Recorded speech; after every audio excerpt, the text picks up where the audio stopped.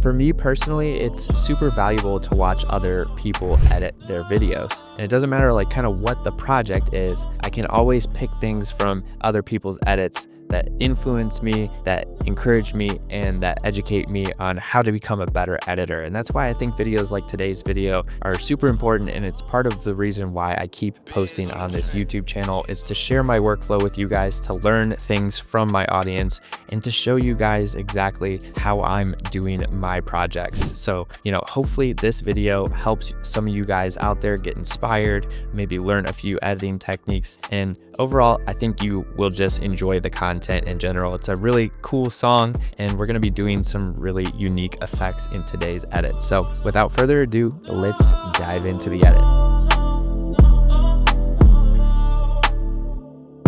Today's edit was submitted by an artist named Edley Shine. This is like our 5th or 6th edit together in our timeline. I do want to mention that our sequence is in kind of a weird aspect ratio today. Never worked in this aspect ratio before, but you can see we're in 24 frames per second. We got this kind of huge aspect ratio. It's a little more square than what I'm used to. I also have a proxy created for my footage here in the timeline because the files are so big. So I've already created proxies, which makes the editing go a lot faster, doesn't slow down my computer as much. Now, I want to give you guys a quick preview of today's music video before we get into the editing. Yeah, I know, but promise this to me that you won't fall in love. Touch your soul and bless your life. Only for tonight. Take it slow under candlelight. Only for the night. She a feel me bad girl, dolly body crucial. Come and be me pen pal. I'm a Barbie, BBL or natural. Me we be the Ken, me never partial. And nobody catch your attitude when me I set the mood.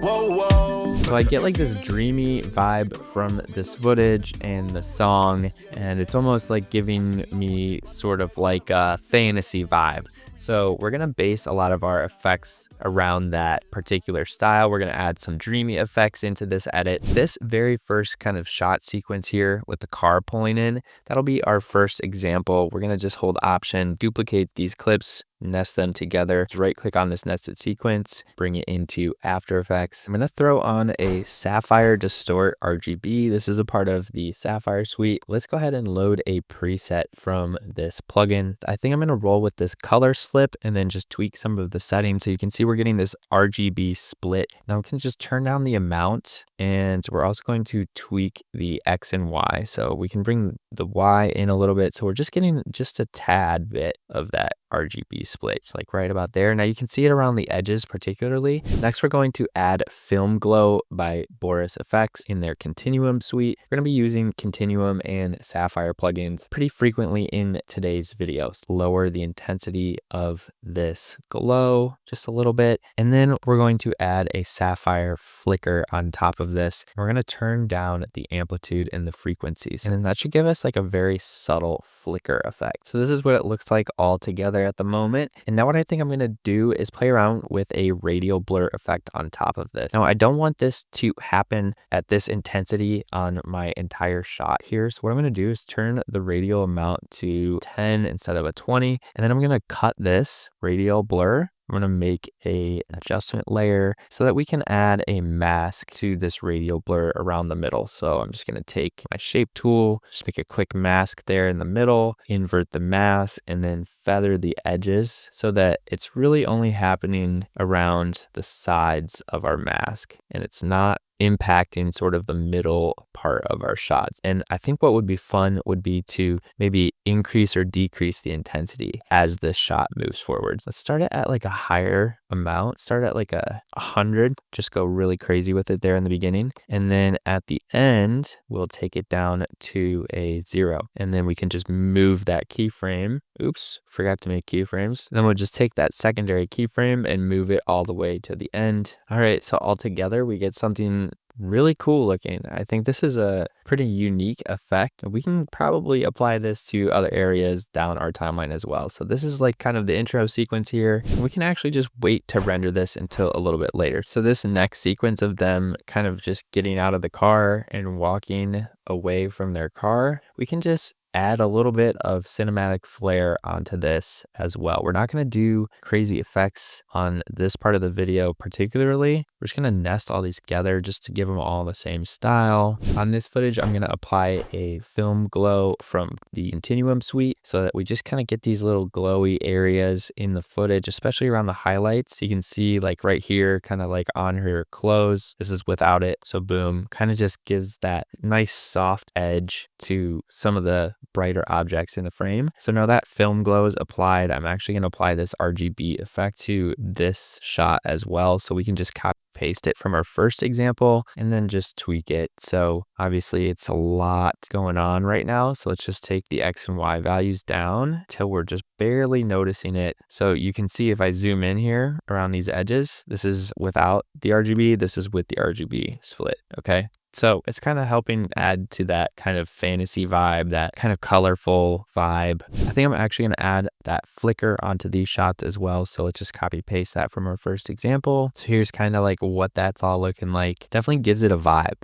for sure. And I'm going to be throwing up the before and afters on screen as well. So let's save this and move on to the next clip. I think for these clips, we can just copy paste the same stuff on here. So that's what I'm going to do on these next two clips as well. It's kind of like a similar environment. All right, so all together now in Premiere Pro, this is kind of what our intro sequence is starting to look like. So for this next shot, we got some jewelry on him right here. I'm going to duplicate this clip, nest it, and bring it into After Effects. And if you're wondering why I'm nesting the footage before bringing it into After Effects, it's just so that it locks in the frame rate from my sequence in Premiere Pro, and it makes it so that I don't have to change my composition settings when I want to do rotoscoping in After Effects. That's why I like to nest. And now what I'm going to do is take my roto brush and I'm just going to kind of highlight this lion on his chain right here. Just going to feather it a little bit and hit freeze. Now that our roto brush is frozen, hop back here into my composition. You can see we can only see kind of the pendant now on his chain. Hit Command D, and we're going to delete the roto brush off the bottom layer. Now on this top layer, you can see we have the lion and then the background layer. On this top layer, we're going to take a light sweep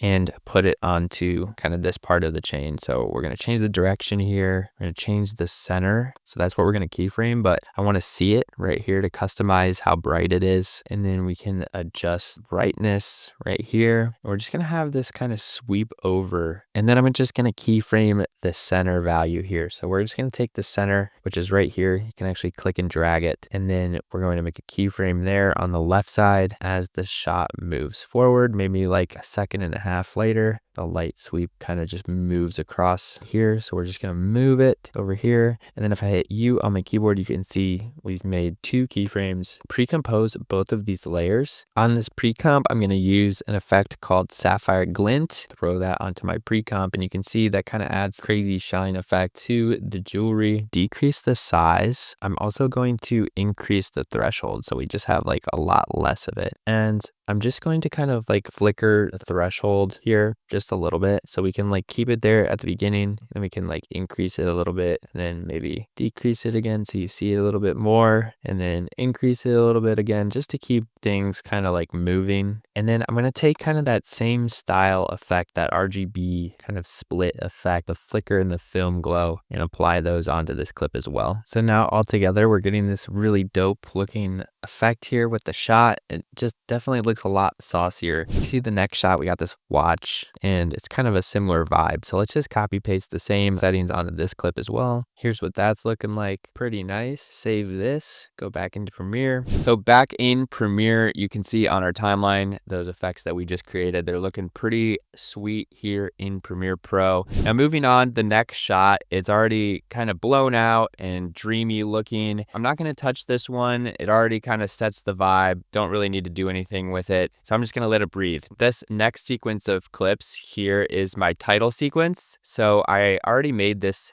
title design in Photoshop. Now what I'm going to do is just add a little flicker and a little glow to it just to give it some style. Replace with After Effects composition. I'm going to type in deep glow. Throw a deep glow onto our text layer, bring down the exposure quite a bit, also bring down the radius quite a bit here. We can turn off transparency just so you can see the glow a little bit better. So this is without, This is with apply a sapphire flicker effect to this layer as well. I don't want it to flicker that much, so I'm just going to turn down the amplitude and the random frequency. And now our text just has a little bit more flare. So I'm going to make sure my transparency grid is turned on. Come up here to composition, add to render queue, and make sure it says lossless with alpha. With alpha basically just means with transparency, so we can put something underneath it, which will be our shot. I'm going to wait till this renders. I'm going to drag this layer back into Premiere Pro, and we should be smooth sailing. Back in Premiere Pro, I'm just going to delete my dynamic link layer, and I'm going to locate the new export that we just did, drag it in, and now we have our title on top.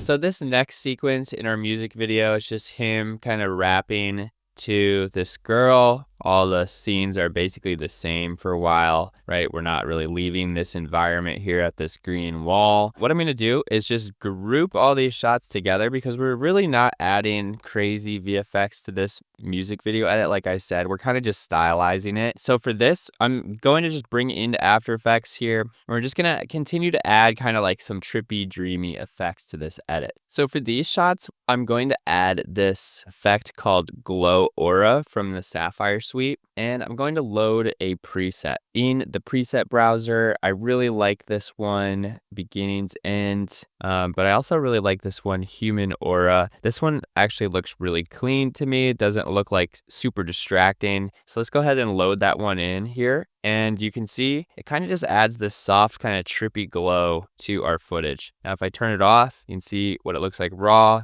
This is what it looks like with it on. It kind of adds some like weird glow areas around the side. So if I turn it up, kind of just gets ugly, kind of messy. So let's just keep it pretty mellow here. Take the RGB effect we used previously and just paste that onto here as well. Next, what I'm going to do is just apply a radial blur to this shot. I'm going to use this one from the Continuum suite. You can see it just kind of adds the blurriness around the edges. Take it down to like a 10, mask this layer similar to what we did in the beginning so that it's just kind of blurring around the sides and not the entire video clip. So we're going to invert our mask, and then we're going to add some serious feathering. I'm also just going to kind of like increase the size of this circle here in the middle. So now we're kind of getting this blur effect around the edges, but not so much in the middle. You can see it kind of just helps us focus in more on the action, kind of helps make things look a little bit dreamier. Apply a vignette. So I'm just going to type in CC vignette, throw that onto my adjustment layer as well. And that's just going to darken the edges. So I'm going to hit Command S. So this next sequence of shots is really just them standing around the pool table. I think what I'm going to do is just kind of add some like defocusing, maybe add some of those RGB splits again, just to give it that dreamy feel. And I'm going to add some like clone trail kind of coming off of this shot of him here. So that's what I'm going to do first is take kind of like the rotoscope clips that we need. So like this one right here, we're going to do a little rotoscoping, and then this one right here, same kind of deal. And I'm going to nest those clips before bringing them into After Effects. Now with our first shot here in After Effects that we're going to be doing some rotoscoping, I'm just going to duplicate the layer, take my roto brush, and we're going to rotoscope out Edley from the foreground. All right, now that we have him rotoscoped, you can see here we got him right here on his own layer and then the background layer. So with this rotoscope layer, I'm going to duplicate it, and on this bottom layer, you can put an echo effect. Just click and drag that onto our secondary clone layer. And then we're just going to change a few things here. So I'm just going to decrease the starting intensity and the decay.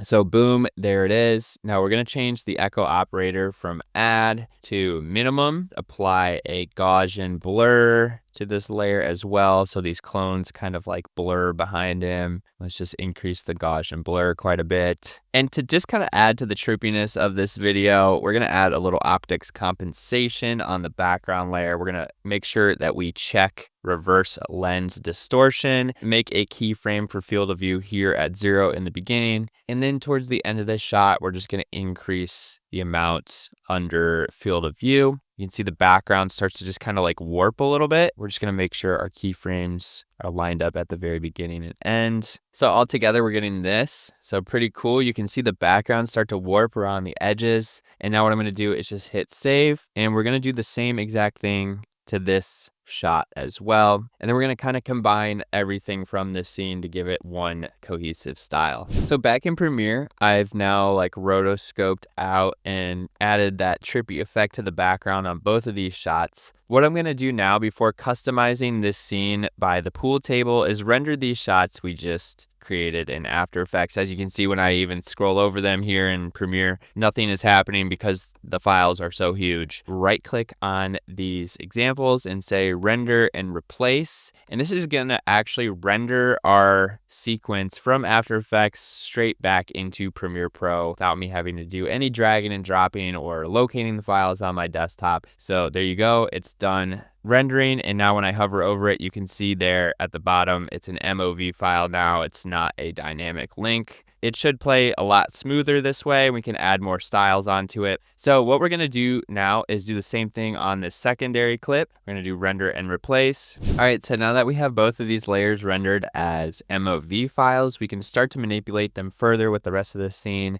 So what I'm going to do is take all these shots from this pool table environment, and we're going to start to customize these as kind of one scene. So what I'm going to do here, duplicate this section of my timeline, right click, hit nest. We're going to bring in all these clips into After Effects. Now here in After Effects, I think what would be cool for this one would be to add sort of like a defocus. We can just add in this sapphire rack defocus, and I'll go ahead and load a preset. And you can see here we kind of have like some different blurs. This one looks pretty cool, starry eyes. Let's go ahead and load that one in there and see what that looks like. All right, so you can see here, it looks pretty good. I'm not gonna lie, I really like it on these shots right here, especially. This is with it, and now this is without it.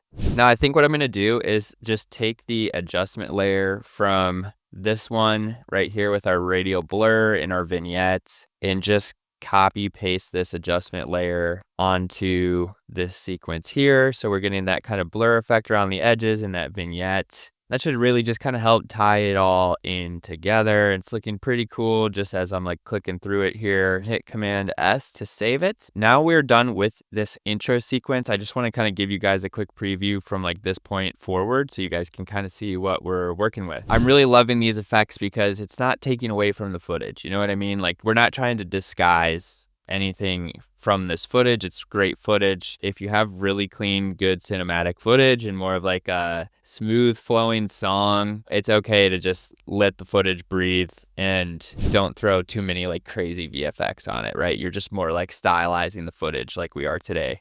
In this next scene, I noticed like we have like a slightly different scene here. We have like some blue lights. I think throughout this kind of sequence here between like the pool table shots in this shot right here kind of in front of the workout equipment, these are all going to be pretty similar. I'm just going to look for a few areas where maybe we could add like a few individual effects, like maybe right here. So let's just import this clip, for example. Let's do a little rotoscope on Edley. All right, now that we have him rotoscoped out, we have our background layer and then the rotoscope layer. So what we're gonna do is duplicate the rotoscope layer, and I'm actually gonna use a plugin called Slitscan on this clone layer right here. We're gonna change the dimension to horizontal and change the mode from follow to copy paste, starting to kind of like make our own effect, but we're going to move the point to pretty much like where he is in the frame. So like imagine this as like the width of your video frame. We're just moving the point to where he's kind of centered. And if I scroll a little farther down my timeline, you can start to see kind of the effect that we're getting. This is going to kind of just be like a trail behind him. It's not going to be like the clone trail we made before. It's going to be a little bit more unique than that. So we're just going to take a directional blur and kind of blend this a little bit better. Turn up the blur length quite a bit. Turn the direction to 90. We're going to turn off transparency so that's just dark around the edges. Turn my background layer on. Pre-compose all my layers. Take sort of that trippy overlay that we created before with the radial blur in the vignettes.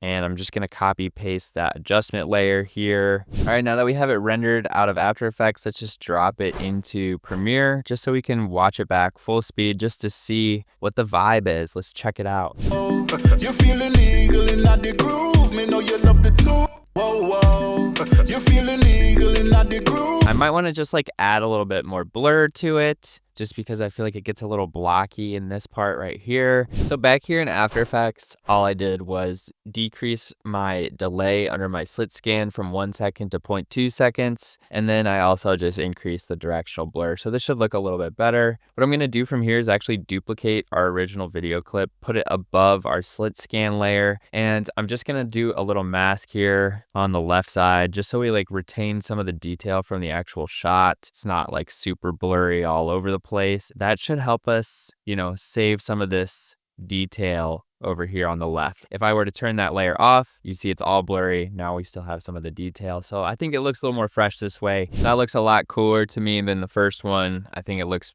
really smooth, really cool. For this next effect, we're just going to be matching the camera movement from this shot right here to this shot right here. And so you can see the camera movement is rotating in this shot. So we're going to do a rotation effect in this shot as well. So what I'm going to do is right click and nest this clip, replace with After Effects composition. And I'm going to start the rotation at about the same rotational plane as the very last frame of this first clip. So there, you can see they're at about a 45-degree angle. So we're going to start this clip at about a 45-degree angle as well, maybe a little less just to give us some breathing room. But anyways, I'm going to make a rotation keyframe there at the beginning, and I'm going to continue moving it towards the end right there. So it's going to just like keep rotating to the right in between both of these shots on our timeline. So it's going to be kind of like one continuous right turn through two different shots. So now what I'm going to do is turn motion blur on and apply an effect called motion tile. And this will make sure that we don't have any black backgrounds. And then what I'm going to do is just take the adjustment layer with some of our trippy effects on it and put that onto this composition. So you can see we're getting like a pretty cool effect right here. I might even throw a little film glow onto this. Let's just increase film glow, you know, kind of blow out the highlights in this one. I'm also going to decrease the threshold. Let's just go ahead and add some sapphire flicker. We're going to go ahead and save this from After Effects and render it. All right, so back in Premiere, this is what we got right now. So you can see we have two shots rotating to the right. It looks a little smoother this way. I think what I'm going to do is just add a zoom throughout this shot as well. Just to zoom out, I think will make this look perfect. So what I'm going to do is just nest those two clips together and take a transform, and we're just going to set a scale keyframe here at 100% at the end, and then here in the beginning let's go like 150%. Increase the shutter angle. Let's check out what it's looking like in full quality. Whoa, whoa, you feeling legal and not the groove. Me know you love the tune of it. Yeah, yeah. So what I'm going to do from here is just take this whole section, duplicate it, nest it, and then we're going to import it into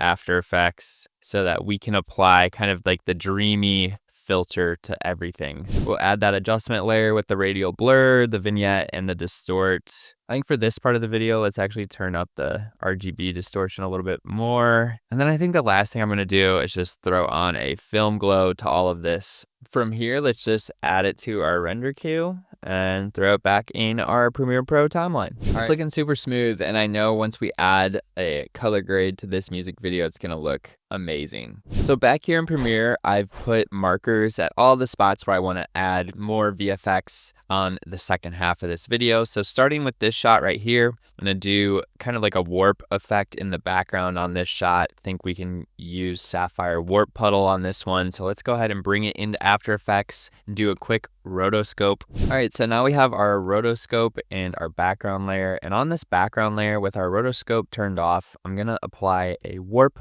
puddle effect from Sapphire. You can just throw that right onto here. That's going to give us some ripples right here. So let's go ahead and take the amplitude to about 50%, and then let's take the frequency down just a smidge. And we're going to keyframe the frequency, the inner radius, maybe the outer radius as well. So here in the beginning, let's take the outer radius down till like right about here. If I hit U on my keyboard, I can pull up all of those keyframes. And then as the shot progresses, we're going to expand the outer radius for the entire frame. We will decrease the frequency so the waves get bigger. And then I think I'm just going to leave the inner radius alone. It's really not doing anything. So we're just going to leave that. So we're really keyframing the frequency and the outer radius for this effect. So let's turn our rotoscope back on. Now from here, let's go ahead and add our trippy layer onto this, our adjustment layer, and render this back to Premiere. Back in Premiere, we can see what it looks like. So pretty cool, just a little subtle way to add some visual interest to the background. All right, now for the next shot on my timeline, I'm gonna try another slit scan effect on the girl. So what I'm gonna do basically is just rotoscope her out and then try to add this slit scan trail going behind her. So what I'm gonna do is nest this clip and replace with After Effects, duplicate it, we'll do a little rotoscope. All right, now we have two layers, the rotoscope layer and the background layer here in our composition. Duplicate our roto layer, and then we're gonna go to one of those previous effects where we use slit scan and then just copy paste the slit scan effect with the directional blur. So that's what I'm going to do from here. It's going to copy paste it on our clone layer. And this time we're actually going to mess with the point on the slit scan. So it's actually going to start kind of like behind her where she's about, not quite halfway in the frame, but pretty close. So we're going to make a point right there. As this moves, she kind of moves closer to the left side of the frame. So let's make sure that we move the point all the way over. When that happens, as the clip progresses, she kind of comes back into the middle part of the frame. And then so we're just kind of like putting the point where she is in the frame. We're going to do what we did before, where we just duplicate our background layer and then mask it so that there's still like parts of the background that are in focus. So you can see we kind of do have to like adjust the mask path. So we're going to basically keyframe the mask path so that it stays right behind her. And let's just adjust the mask feather as well. It's really feathered out here. So like right here, for example, the mask path, we can just move it over this way and that'll create a keyframe right here. And then, so we just want to kind of keep this right edge of the mask basically right in the middle of her body right there. And then let's do another one, which will be like right here towards the end. Make it so it's like just that right side only. Let's pre-compose all of our layers and apply our trippy adjustment layer on top of this with some of that RGB splitting and the vignette. And let's render it back to Premiere. But for now, it's looking decent. So what we're going to do is move on to the next clip, and we're going to nest it, bring it into After Effects, and rotoscope out. All right, now that we have two layers here, we have our rotoscope layer and our background layer. For this effect, I'm going to use Warp Chroma from Sapphire. That's just going to give us this trippy look. And I think we might do it like a slight keyframe as it moves forward. If we turn up the warp amount, you can see it gets like super ultra crazy. So let's just keep it here in the beginning, and then at the end, can increase the warp amount a little bit. And then what I'm going to do is just add film glow to an adjustment layer just to kind of soften things up a little bit. I'm going to decrease the film glow. I think it's a little too much. And then I think I'm also just going to put a flicker onto this adjustment layer as well. So we get a little flickering going on with the effect, without the effect, with the effect. For this sequence right here where he's kind of like waving the blue light around, I just want to like mess with the HLS, which is the hue, lightness, and saturation.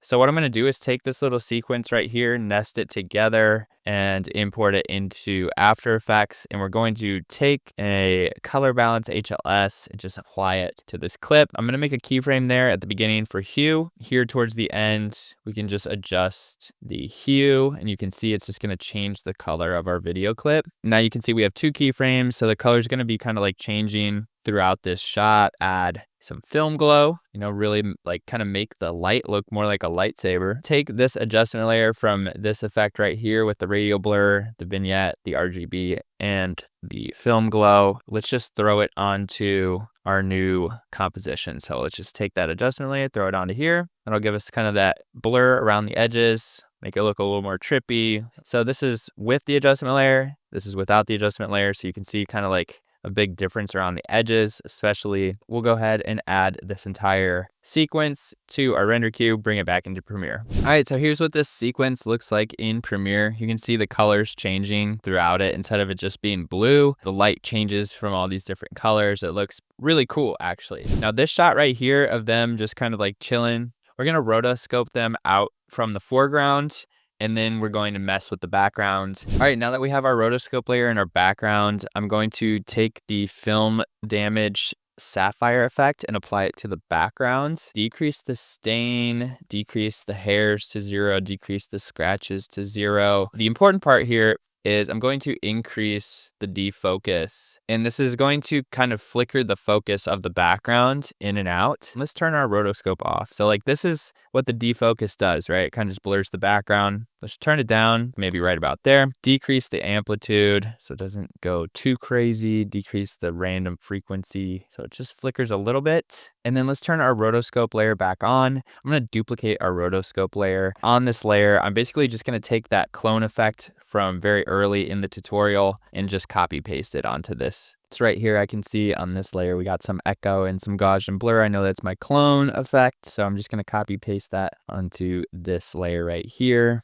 That way, when I zoom in, you can see like there's just like the slightest echo trail kind of coming off of our rotoscopes. Let's take our trippy adjustment layers and apply those to this as well. There's only a few more VFX we're going to do in After Effects before just tying this whole project together in Premiere. So this video clip right here, I had the idea to kind of do like a background slide effect into this shot. Here in After Effects, I've already rotoscoped out our subjects. So I'm going to hop into our composition here, and I'm going to grab an effect called offset. We're going to throw that onto our background layer, make a keyframe under the Shift Center 2 and drag it about 20 frames in. Now here in the beginning, we're just going to move this first value until basically we move 4 times to the left or the right. Now we have 2 keyframes, one here and one here. On this secondary keyframe, I'm going to right click and easy ease in. We're going to change the graph editor so it's nice and smooth. And then what we're going to do is add a directional blur onto this offset effect as well. We're going to keyframe the blur length here at the end to 0, change the direction to 90 so it's horizontal.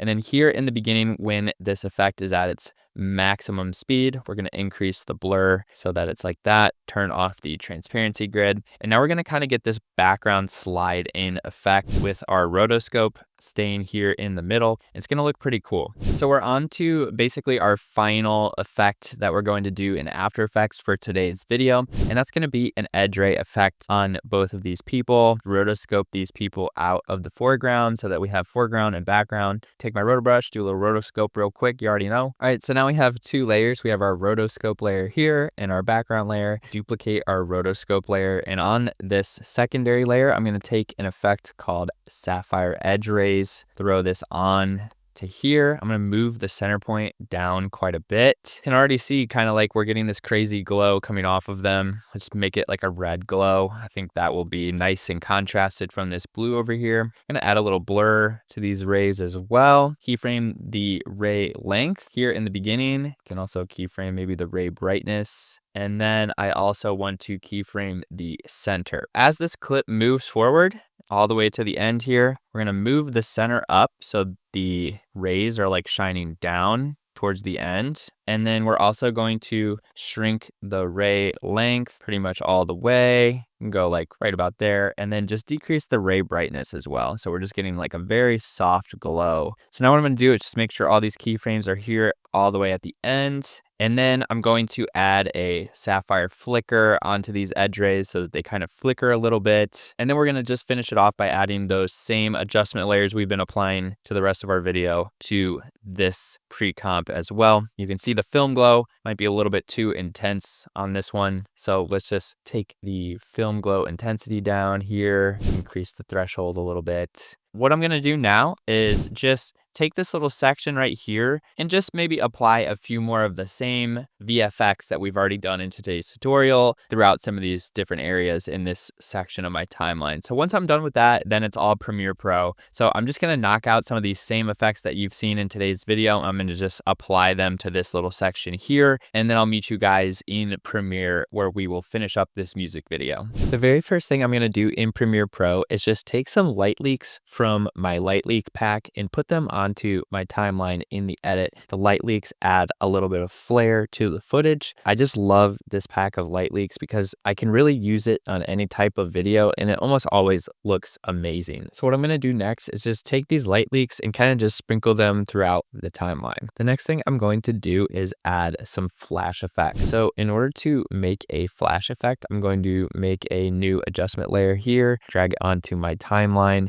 I'm going to shorten it to about 5 frames keyframes. Right here in the beginning, we're going to take a brightness and contrast effect and increase the brightness most of the way up, contrast to about 50, and then make keyframes for those at the beginning and then reset them at the end. This will give us a little flash right there. Boom. So along with the flash effect, I'm also going to apply a little directional blur. So I'm going to throw a directional blur onto this adjustment layer as well. And I'm just going to set the blur length pretty high here in the very beginning, maybe like 55, 60, and change the direction a little bit just to shake things up. And then we're going to make a keyframe for blur length there at the beginning and then here at the end. And I'm actually just going to easy ease in these last couple of keyframes as well, just to make it super ultra smooth on this adjustment layer. And now we have like this nice flash effect to a little bit of blur as well. So what I can do from here is just copy paste this adjustment layer down my timeline in areas where a flash effect would be really cool. Areas like when the beat's hitting, or maybe to use as a transition, or maybe to hide imperfections in your VFX. These are all good reasons to use flash effects. So what I'm going to do now is just copy paste this brightness and contrast down my timeline and just add some flash effects to this edit. All right, now on my timeline, you can see all these adjustment layers. These are all flash transitions, and I've added them throughout my timeline as well. The next effect we're going to add to our timeline is going to be bass hits. Make an adjustment layer on my timeline and just make it 2 frames long. So it's going to be very quick. Next, I'm going to take a directional blur and apply it to this adjustment layer. Here at the beginning, we're going to turn the blur length up quite a bit, change the direction slightly off angle, make a keyframe here at the beginning for blur length. Then at the end, just going to reset it back down to 0. So it's just going to be that one little frame, maybe 1 or 2 frames where it's, got that blur. So that's going to give us this nice bass hit. So what I'm going to do now is just look for areas in my timeline where the bass hit would be a pretty cool effect. I'm thinking throughout this little intro right here, once the kick starts to come in, that's where we're going to use these bass shake effects. Maybe like right here, we can have one like on this clip right here. I think this might be another kick right here. Nope, right here maybe. I think this. And then we'll just add another one on this kick right here. I think this clip right here, there's not too much going on. Let's try to add some bass shakes around that area just to spice it up a little bit. So let's copy paste the bass shake here, find where the kick drum is hitting and just place it on top of where those kick drum hits are. So that's what I'm going to do. I'm just copy paste this every time there's a kick drum. And it's just going to give our edit a little bit more movement, a little bit more energy. So now I'm just going to go down the rest of my timeline and just apply these bass hits to other areas in the song. All right, now that we've got some flash effects, some overlays, and some bass shakes going on here in Premiere Pro, the last thing I'm going to do before color grading is going to be adding some camera zoom ins and outs. So take this shot, for example. It's a very static shot. There's no camera movement really. I'm going to apply a transform effect to the shot, and we're just going to zoom in the position and scale. I'm just going to take my scale and zoom in a little bit here on the necklace. We can move the position down a little bit towards the end, turn up the shutter angle just so that it gives us a little bit of motion blur as the zoom is happening. So what I'm going to do now is take this transform effect and apply it to other parts in my timeline. I might throw in a little rotation. I might zoom out on some of them. I might zoom in and then back out on others. All right, so we pretty much got everything done in Premiere Pro. Now what I'm going to do is add a final color layer on top of the entire project, take an adjustment layer and extend it out over our entire project here.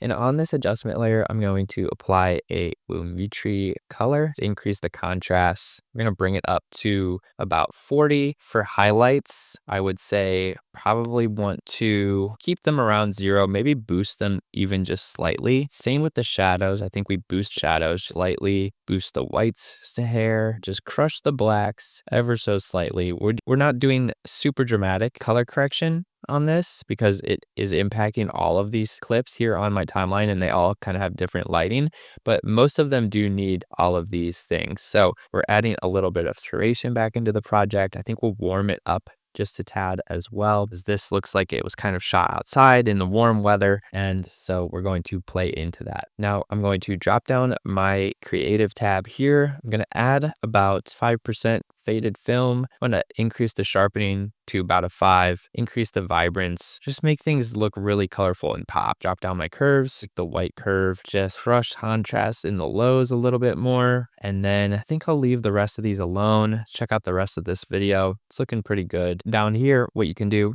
in the hue and saturation areas, in the hue versus hue areas, you can change specific colors in your video.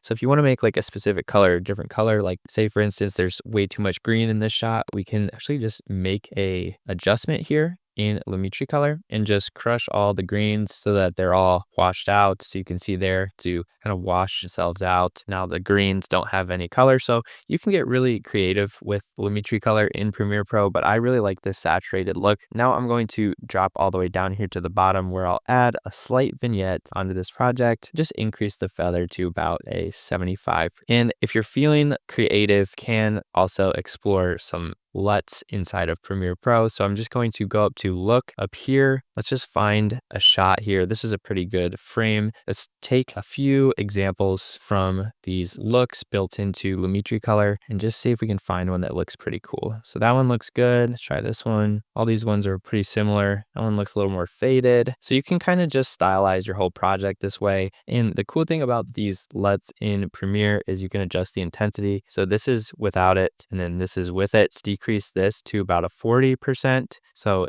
it's just on there, but not as intense. And now I'm just going to cycle through the project, make sure everything looks good. So this is without the adjustment layer, and this is with the adjustment layers. Makes everything look a little bit more moody this way, especially in these nighttime shots. And it also just makes everything look a little bit more colorful as well. Now, I will say, if you have some effects that you created, for example, this one, you can kind of see the edges of a shirt right here. What we can do is add some real smart motion blur to these types of clips to kind of blend these edges a little bit more. Type in RSMB here into Premiere Pro. Now, you do have to pay for this plugin, so I'm not going to say, it's accessible to everybody, but if you're editing music videos, I do recommend checking it out because it will make your motion look a lot smoother when you're adding effects into your video. So if we zoom in here and we can kind of see here, if I turn RSMB on, boom, it kind of blurs some of those areas of our frame. So what I'm going to do now is just copy paste this RSMB down my timeline on some of the shots that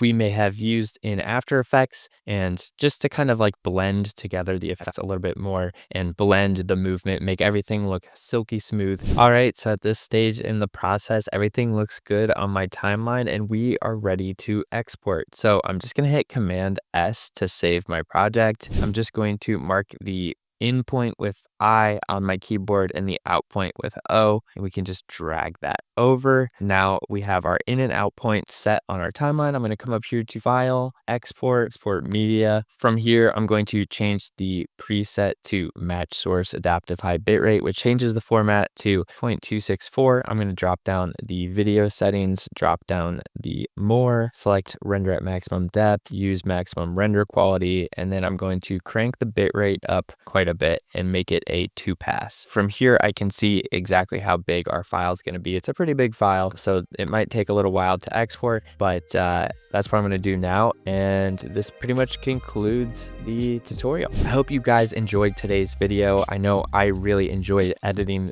this video with you guys and kind of coming up with unique ideas on the fly.